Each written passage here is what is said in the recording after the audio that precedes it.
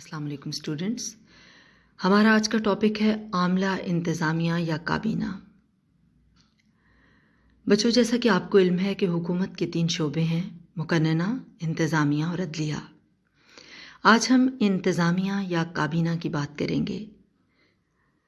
بچوں، جیسا کہ آپ جانتے ہیں کہ مقننہ آئین سازی اور قانون سازی کرتی ہے، یعنی ملک کی نظریاتی بنیادوں کو استوار کرتی ہے، مگر انتظامیہ مقننہ کے بنائے ہوئے آئین کے مطابق ملک کا نظام چلاتی ہے۔ یہ مقننہ کے بنائے ہوئے قوانین کو عمل کے سانچے میں ڈھال دیتی ہے۔ یوں کاروبار سلطنت کو چلانے کی اصل ذمہ داری انتظامیہ ہی پر عائد ہوتی ہے۔ انتظامیہ سے مراد وہ چنیدہ وزراء ہیں جو صدارتی نظام میں صدر کی رہنمائی میں کام کرتے ہیں، جبکہ پارلیمانی نظام میں وزیر اعظم کی زیر ہدایت مختلف حکومتی شعبوں کو سنبھالتے ہیں۔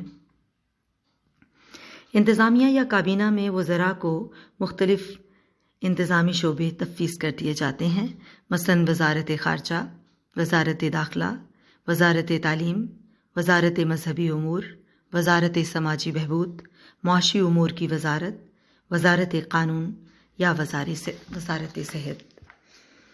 کسی بھی ریاست کے آئین میں کابینہ کی تعداد کا تعین نہیں کیا جاتا۔ یہ صدارتی نظام میں صدر اور پارلیمانی نظام میں وزیر اعظم کی صوابدید پر چھوڑ دیا جاتا ہے کہ ان کو نظام حکومت چلانے کے لیے کتنے وزراء کی ضرورت ہے۔ بعض اوقات وزیر اعظم یا صدر ایک چھوٹی کابینہ کو ترجیح دیتے ہیں اور بعض انتظامی مجبوریوں کے تحت بڑی کابینہ کو پریفرنس حاصل ہوتی ہے۔ بچوں، انتظامیہ کی مختلف اقسام ہیں۔ انتظامیہ کی پہلی قسم برائے نام انتظامیہ ہے۔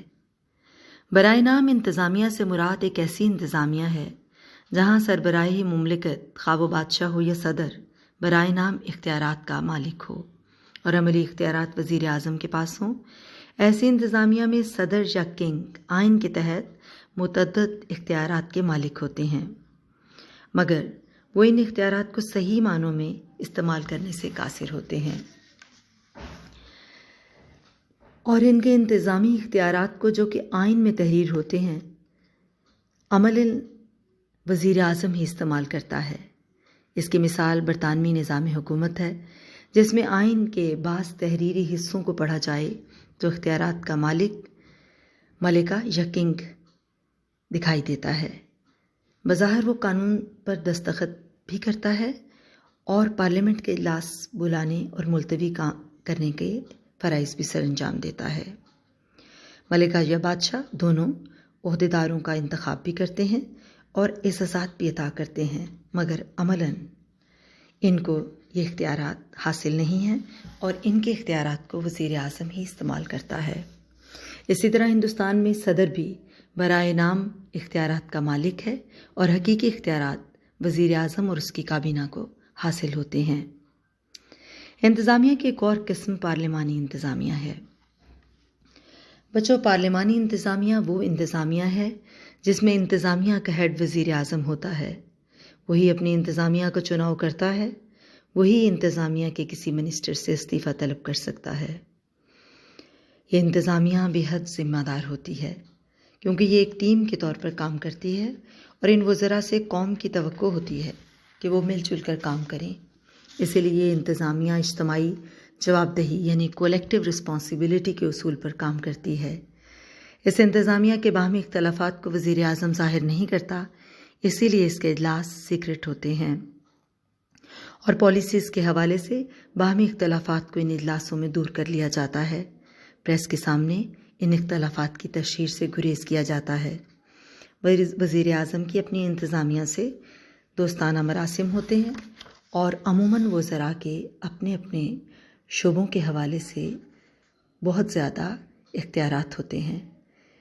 اس انتظامیہ کے مقننہ کے ساتھ قریبی تعلقات ہوتے ہیں کیونکہ وزراء پارلیمنٹ جب مقننہ ہی میں سے لیے جاتے ہیں۔ یہ وزراء نہ صرف مقننہ کے اجلاسوں میں بیٹھتے ہیں بلکہ مقننہ کے سامنے اپنی پالیسیوں اور کارکردگی کے حوالے سے جواب دہ بھی ہوتے ہیں۔ اس انتظامیہ کو مقننہ برخاست بھی کر سکتی ہے۔ اس کا طریقہ کار یہ ہے کہ مقننہ وزیر اعظم کے خلاف عدم اعتماد کی تحریک لاتی ہے، اور رائے شماری سے اگر یہ بات ثابت ہو جائے کہ وزیر اعظم کو مقننہ کی اکثریت کی حمایت حاصل نہیں رہی تو وزیر اعظم کو اپنا عہدہ چھوڑنا پڑتا ہے، اور اس کے ساتھ ساتھ کابینہ یا انتظامیہ بھی ختم ہو جاتی ہے۔ پارلیمانی انتظامیہ اپنے ذمہ دار رویے، اپنے ٹیم ورک اور اپنی قابلیت کے حوالے سے پوری دنیا میں معروف ہے۔ نہ صرف انتظامی امور کو انجام دیتی ہے بلکہ یہ ملک کا نظم و نسق بھی چلاتی ہے، خارجہ پالیسی تشکیل دیتی ہے، بجٹ بناتی ہے، بلکہ یہ قانون سازی کے سارے عمل میں حصہ لیتی ہے اور اپنی مرضی کے قوانین کو اپنی اکثریت کے بلبوتے پر منظور کرواتی ہے۔ یوں اس انتظامیہ کا دائرہ کار بےحد وسیع ہے۔ بچوں، انتظامیہ کی ایک اور قسم صدارتی انتظامیہ ہے۔ صدارتی انتظامیہ وہ انتظامیہ ہے جس کا چناؤ صدر کرتا ہے۔ صدر اس انتظامیہ کو ملک کے کسی بھی حصے سے منتخب کر سکتا ہے۔ وہ پارلیمنٹ کے چنیدہ افراد میں سے کسی منسٹر کو منتخب نہیں کرتا، اور اگر وہ ایسا کرنا چاہے تو اس بات کو یقینی بنانا ہوتا ہے کہ وہ رکن پارلیمنٹ کی سیٹ چھوڑ دے۔ صدارتی انتظامیہ بہت زیادہ بااختیار نہیں ہوتی۔ صدر کا اپنے منسٹر کے ساتھ ماتحتوں جیسا رویہ ہوتا ہے۔ یہ انتظامیہ قابلیت اور صلاحیت کے لحاظ سے بعض اوقات پارلیمانی انتظامیہ سے زیادہ بہتر ہوتی ہے، کیونکہ صدر کسی بھی شخص کو قابلیت کی بنیاد پر وزیر منتخب کر لیتا ہے، مگر اس انتظامیہ کے اختیارات صدر کی صوابدید پر ہوتے ہیں۔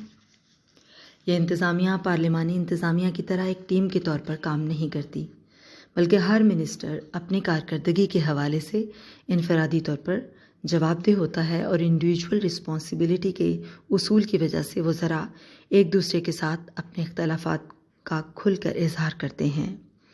اسی وجہ سے اس انتظامیہ کے اجلاس کھلے عام ہوتے ہیں اور ان کو پوشیدہ نہیں رکھا جاتا۔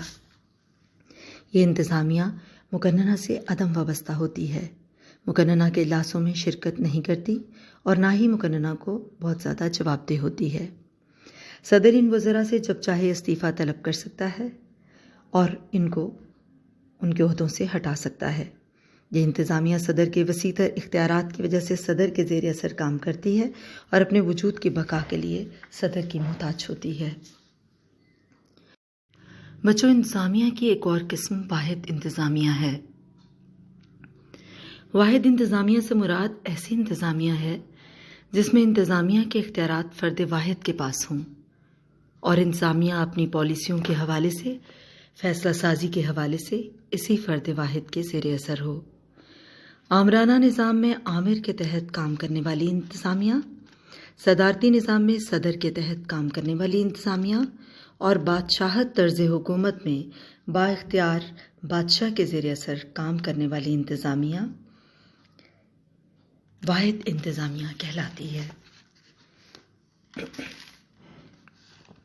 اسی کے مقابل پر انتظامیہ کی ایک اور قسم تکثیری انتظامیہ ہے۔ واحد انتظامیہ کے مقابل پر تکثیری انتظامیہ، اس میں اختیارات بیک وقت دو یا دو سے زیادہ افراد کے پاس ہوتے ہیں۔ پرانے زمانے میں اشرافیہ طرز حکومت اسی انتظامیہ کی مثال ہے۔ آج کے دور میں سوئٹزرلینڈ وہ ملک ہے جہاں 7 رکنی وفاقی کونسل کام کرتی ہے۔ ان تمام اراکین کی حیثیت اور طاقت مساوی ہے۔ ہر رکن 1 سال کے لیے صدر بنتا ہے۔ وہ کونسل کے اجلاسوں کی صدارت تو کرتا ہے، مگر اس کے اختیارات باقی اراکین کے بالکل برابر ہوتے ہیں۔ کونسل کے فیصلے کثرت رائے سے ہوتے ہیں۔ یہ انتظامیہ حقیقی جمہوریت کی مظہر ہے اور اس میں کسی بھی فرد واحد کو زیادہ طاقت نہیں دی گئی۔ پرانے زمانے میں یونان میں اسپارٹا کی ریاست میں بیک وقت 2 بادشاہ ہوا کرتے تھے، جو کہ تکثیری انتظامیہ ہی کی ایک مثال تھے۔ انتظامیہ کی ایک اور قسم مستقل یا غیر سیاسی انتظامیہ ہے۔ اس سے مراد وہ انتظامیہ ہے جو مستقل تنخواہ دار سرکاری ملازمین پر مشتمل ہوتی ہے۔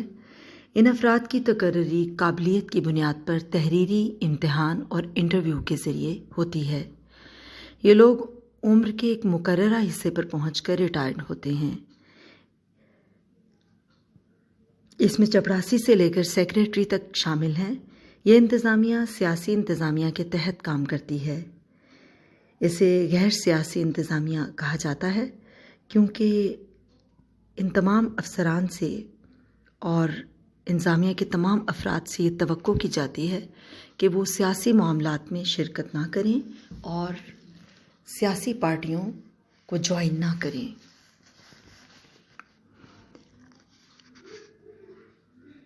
یہ لوگ عملی سیاست میں حصہ لینے سے گریز کرتے ہیں۔ ان کو مستقل انتظامیہ اس لیے کہا جاتا ہے کیونکہ یہ سیاسی انتظامیہ کی طرح 5 سال یا اس سے کم میعاد کے لیے کام نہیں کرتی، بلکہ 60 سال کی عمر تک کام کرتے ہیں۔ چونکہ یہ ملک کا نظم و نسق چلاتے ہیں، سیاسی انتظامیہ کی مدد کرتے ہیں، اس لیے ان کے بغیر نظام سلطنت نہیں چلایا جا سکتا۔ بچوں، انتظامیہ کی آخری قسم سیاسی یا غیر مستقل انتظامیہ ہے۔ یہ انتظامیہ ملک کے آئین کے تحت عوامی حمایت سے برسر اقتدار آنے والی انتظامیہ ہے۔ یہ انتظامیہ بے حد بااختیار ہوتی ہے، جتنا عرصہ پاور میں رہتی ہے، غیر سیاسی انتظامیہ کی مدد سے ملک کا نظام چلاتی ہے۔ آپ کو انتظامیہ کی اقسام کے متعلق کچھ معلومات حاصل ہوئیں۔